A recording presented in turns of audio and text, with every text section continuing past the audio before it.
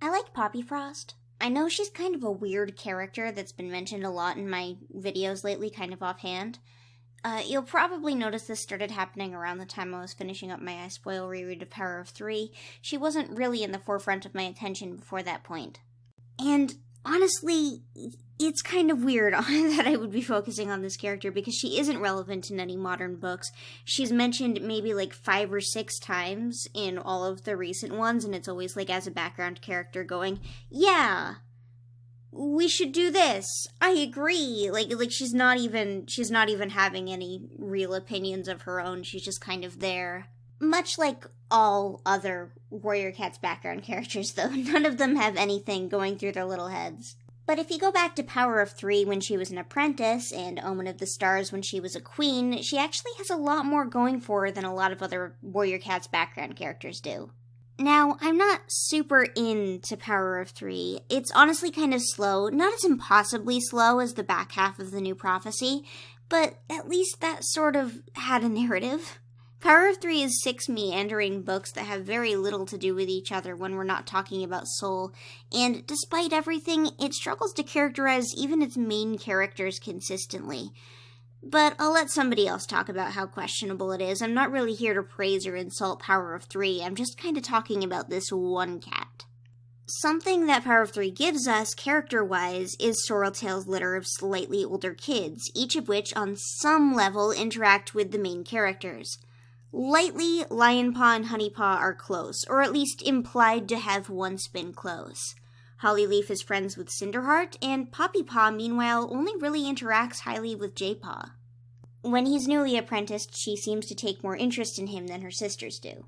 The first time where it's really relevant, however, aside from a few early times where she's just sort of friendly with him, it's because she's sick, super sick, and she's not going to make it. She's literally drifting into StarClan as she sleeps. Jaypaw decides to sync up his breathing with hers and travels into her dream where she's dying. He follows her to the edge of StarClan and takes her back from there, something Spotted Leaf just kind of allows to happen. Without this magical, unnatural intervention, though, she probably would have died. She was going to die, and on some level, with Warrior Cats having determinism with such a heavy theme, she might have been supposed to. Now, don't get me wrong here, this is headcanon on every level, based on a couple things. The first is the idea that the Three's powers are outside of StarClan's control. There's something StarClan doesn't understand, and StarClan didn't give, despite heavily affecting and involving them. I want to believe that on some level, by use of these powers, the Three are going against the unchangeable future of the clans. Jayfeather can bring a cat back from death, Lionblaze can go without dying, and Dovewing really doesn't matter for this life or death kind of thing I'm talking about, but she does have plenty capacity to predict things and find things that otherwise shouldn't be found, so I guess she still kind of counts. She's just a little bit more situational than somebody who can go into somebody's dream to prevent them from dying. So Poppyfrost, she's a cat who, by the nature of warrior cats, shouldn't be alive. Jaypaw used his powers to intervene in this, and StarClan uncharacteristically allowed him to meddle. I think she's super fun for that reason. I know it's all headcanon, almost definitely, but I'm fascinated by the idea that Spotted Leaf might have allowed him to take her back just to see if he could. Their understanding of the Three's powers is super vague. Now, does this have any consequences? No, of course not. It's not really something intended by the narrative. In fact, we're probably not supposed to think twice about this from Poppyfrost's perspective, but interestingly, Poppyfrost has now seen StarClan with her own eyes, something usually reserved only for medicine cats and leaders, for some reason, even if she believed it to be a dream. This feels interesting to me, especially when combined with the fact that she's compelled to visit again later on in the first book of Omen of the Stars, where she's worried about the implications of her new and sudden rebound relationship with Berrynose and how he feels about her. She seeks out her sister at the moon pool, and although she doesn't meet her herself, she somewhat succeeds.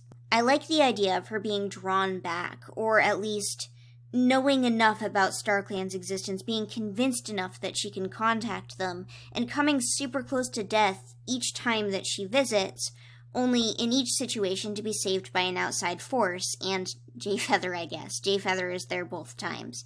And what's more, Poppyfrost is somehow, after all this time, still alive, and I don't know, I like her. She's also not entirely without character, like most background characters. There's a point where the three stalk the older apprentices out on their warrior assessment to see what it's like, and there's a few bits where she's compared to her sisters. Cinderpaw's excited, Honeypaw's scared, and Poppypaw's calm and serious, and I like this. In a professional setting, Poppypaw is in her element. But later, when it comes to her anxieties and personal matters, she's a mess, she's worried. After her kits are apprenticed, she's excited to be getting back to work. Again, she's in her element. Doing her job and keeping busy seem to be something that calms her, but she can't keep her emotions in check when she finds out that a fox has chased her kids around. And obviously this is me reading into it, because every queen, every mother in Warrior Cats, especially in Omen of the Stars, besides Millie, we're putting Millie aside here and we're not talking about her right now, but like, the queens in Warrior Cats are shown to just fret constantly about their kids if there's any level of danger surrounding them. So the overreaction on her part when her kids are chased around by a fox, that's normal for Warrior Cats. It's normal for a female character who has children in Warrior Cats, but it's me reading into it. I have the ability to read into it and say, well, Poppyfrost was just excited to get back to work. She was just getting into it, and now her children have been chased by a fox and she's anxious again. And obviously, if you were to sit me down and have me argue the canon of Poppyfrost's character, I would probably tell you that there isn't a canon to Poppyfrost's character. There is only what I've been able to piece together. There's only what anyone has been able to piece together for a lot of these background characters, because they weren't really intended to be consistent. They were only intended to be used situationally. She's also seemingly a friend to Jayfeather, and while it seems he kind of arbitrarily chooses her as an escort when he needs to gather herbs, and spends a lot of time with her specifically because she's a queen with young kits while he's a point-of-view character, they're friendlier with each other than Jayfeather is with a lot of his other clanmates, even without factoring in that they had a whole book of frequent bonding with the fourth apprentice. Not at all presenting this as a romantic interaction, by the way, I just think it's sweet that they're close friends. Berrynose, meanwhile, is like that horrible significant other your best friend has that you just can't stand. You know the guy. You know. You've been there. But she seems happy with it, and you just gotta keep it to yourself. You can do it, Jayfeather. I believe in you. He can't do it. He insults Berrynose to Berrynose's mother. Jayfeather is also really patient with her kits, which is something that he doesn't really repeat for any other kits. Like, he definitely doesn't have this kind of patience for Twig Kit, that's for sure. But yeah, there isn't a lot to her, and like I said, after the fourth arc, she really takes a back seat, partially because we're no longer in Jayfeather's perspective, and honestly because there's just so many cats, and the series has changed hands during the fifth arc, so by the time we get around to the new books, whatever place she had in the author's minds just isn't around anymore. By the time we get to Vision of Shadows, she's used very infrequently and as a background cat, usually ending up in Thornclaw's patrols, who was her mentor, or next to a family member and not much else. I still love her, though. I guess I'm a little disappointed knowing that even though she is still alive, we're probably not going to get much more out of her. While she is a senior warrior and has an apprentice, there's no way, just no way whatsoever that she would ever become deputy over a character like Lionblaze or Ivypool. And Berrynose is dead now, and I don't really see her taking another mate. Even though you absolutely know, you 100% know that now that Berrynose is dead, and probably after the next book is in StarClan, because he's, currently being a screaming ghost in hell, but after the next book, when he's in StarClan, he's just going to be partying with Honeyfern, and oh, jeez. Like, it's a crisis all over again, Like, from Poppyfrost's perspective, like, now Berrynose is in heaven with Honeyfern, who he's always loved. It's just kind of miserable. And I'm strictly of the opinion that if a cat is with two or more different cats in the living world, that if they were to pick one, if they were to favor one and not get into a different sort of relationship, that they should always go with the one that they lived with for their entire life and not their first love or whatever. But that doesn't really seem like the type of person Berrynose is.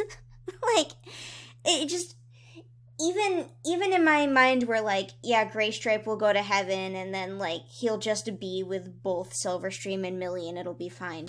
But with Berrynose is a weirdo. I don't really know about that. Like, I'm pretty sure at some point we got author confirmation that Greywing goes to heaven and he just has all of his love for all of these people that he loved in his life. And yeah, I'm sure he does, because it's Greywing. But Berrynose, I just don't know about that. I would love to see more of her, though. If we ever focus on a Jayfeather narrative ever again, like if there's a Jayfeather novella or a Jayfeather super edition for any reason, I think that Poppyfrost should probably be at least a friend to him, at least there for him, especially now that Briarlight is dead. It's like Jayfeather's here alone in the world. He's got his brother Lionblaze, but obviously Hollyleaf is dead, Delving's in another clan, Briarlight's dead now. So his only real friend, or leftover friend that isn't his brother, is Poppyfrost. So I'd like to see her pop up again there. I mean, my ideal would be that Poppyfrost would get her own book of some sort, but let's be realistic, shall we? She's a background character, and she hasn't so much as breathed for the last several books. Anyways, I'm trying to make it so that every other video that I put out is a talking video, because they seem to be the most popular thing I do right now for some reason. Even though they're not animated all that well, they just have these funny little drawings in front of them.